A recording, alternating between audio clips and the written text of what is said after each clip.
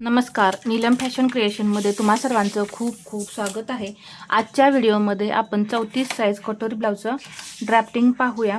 तर कमेंट आहे 34 साईजच्या कटोरी ब्लाऊजचं ड्राफ्टिंग दाखवा। तर इथे आपण त्यानुसार कटिंग करणार आहे। इथे पहा, ब्लाऊजची उंची मी 13.5 इंच घेणार आहे आणि त्यामध्ये प्लस 1 इंच केलं तर किती होतात? 14.5 इंच। आणि इथून एक लाईन ओढून घेऊया। लाईन ओढून घेतल्यानंतर शोल्डर टाकायचं आहे। आपण 34 साईजमध्ये शोल्डर घेणार आहे 5 इंच। 5 इंच घ्यायचं, त्याच्यापेक्षा जास्त आपल्याला शोल्डर घ्यायचं नाही आहे 34 साईजमध्ये। आणि इथे 1 इंच, सॉरी इथेही 5 इंच। परत इथून आपण मुंडा घेऊया 5.5 इंच।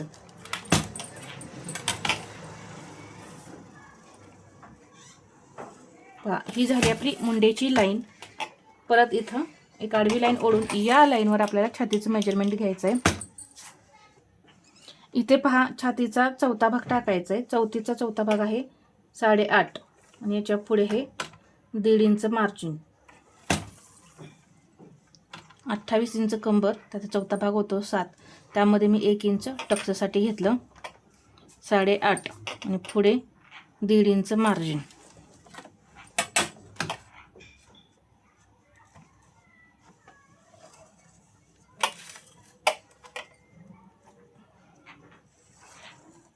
हे असं मी तयार केलेलं आहे बॅक पार्ट। आता इथं मुंडाला आकार देऊन घेऊया। बॅक पार्टच्या 1.25 इंच घ्यायचं, 1.2, इथे अर्धा इंच, इथे अर्धा इंच। आणि ही जी मुंड्याची उंची घेतलेली आहे 5.5, त्याचा असा मध्य आणि इथून असे आकार द्यायचे। जेवढे आतल्या आत आकार देता येतील तेवढे तुम्ही देऊन घ्यायचे। तर इथं बॅक पार्ट कंप्लीट झालेला आहे। फ्रंट पार्ट तयार करूया। पुढच्या मुंड्याला आकार देण्यासाठी इथं 1/2 इंच तिरकी लाईन ओढून घेतली, इथं 1/2 इंच घेतलेलं आहे आणि असा मुंड्याला आकार देऊन घेतला। पुढचा आणि पाठीमागचा मुंडा इथं तयार झालेला आहे। इथे मी शोल्डर गळ्याची रुंदी जी आहे ती 2 इंच घेते, जास्त इथं गळ्याची रुंदी घ्यायची नाही। पुढचा गळा आता तुमचा किती आहे त्यामध्ये अर्धा इंच प्लस करा। 5.5 इंच आहे तर 6 इंच इथं मी घेतलेला आहे। इथं 2.5 इंच आणि एक बॉक्स तयार करून घ्यायचा। हा, इथे मी बॉक्स तयार करून घेऊन गळ्याला आकार दिलेले आहेत। गळ्याला आकार दिल्यानंतर आपल्याला क्रॉसपट्टी घ्यायची आहे। क्रॉसपट्टी मी 2.5 इंच घेणार आहे, इथे 2.5 इंच आणि इथेही असं 2.5 इंच।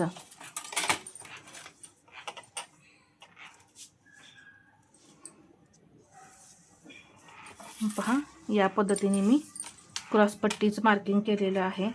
1/2 इंच घेतलं इथं आणि या पद्धतीने क्रॉसपट्टीला आकार दिला। आता कटोरी टाकूया 5 इंच। इथं तुम्ही 5.25 इंच सुद्धा घेऊ शकता। तर इथे मी 5-5 इंचावरती 2 पॉईंट दिले, म्हणजे क्रॉसपट्टीवरती 1 आणि इथं सेंटरला 1। एक अंदाजे तुम्ही 2 पॉईंट देऊन घ्या आणि एक लाईन ओढून घ्या सरळ। या पद्धतीने 2 पॉईंट दिले की काय होतं, आपली ही लाईन सरळ जाते, तिरकी येत नाही। आता इथून मी 1 इंच वरती घेणार आहे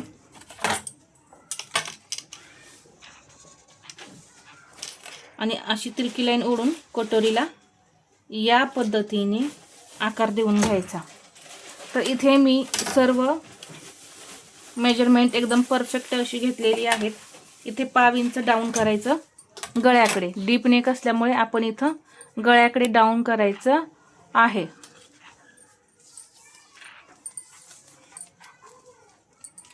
आता इथे मी कुठे कुठे काय काय घेतलं हे सांगते। शोल्डर घेतलेला आहे 5, मुंडा घेतलेला आहे 5.5, पुढचा गळा 5.5 आहे, त्यामध्ये अर्धा इंच प्लस करून 6 इंचावरती मी मार्किंग केलेलं आहे। क्रॉसपट्टी आहे 2.5 इंच, इथून घेतलेलं आहे 1/2 इंच सेप देण्यासाठी, हे सेप दिलेला। कटोरी 5 इंच, कंबर आहे 28, चेस्ट आहे आपली 34, त्याचा चौथा भाग होतो 8.5 इंच। या पद्धतीने सर्व ड्राफ्टिंग आपलं कंप्लीट झालेलं आहे।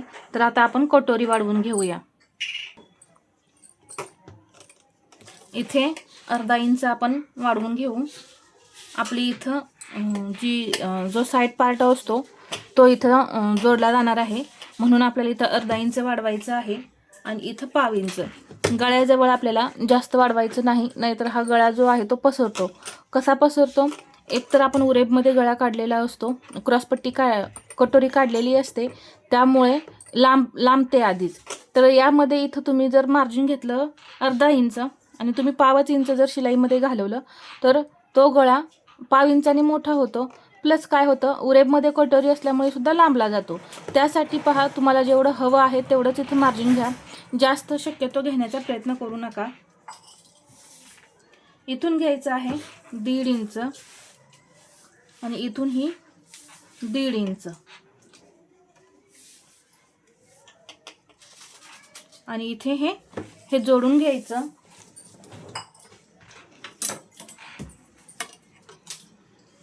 आणि इथेही हे या पद्धतीने जोडून घेऊन हे जे काही वाढवलेलं आहे त्याचा असं सेंटर करून घ्यायचा. पहा, सेंटर सुद्धा पहा बरोबर आपला या टोकाच्या बरोबर येत आहे. तर सेंटर पासून सुद्धा मी इथं 1.5 इंच वाढवणार आहे.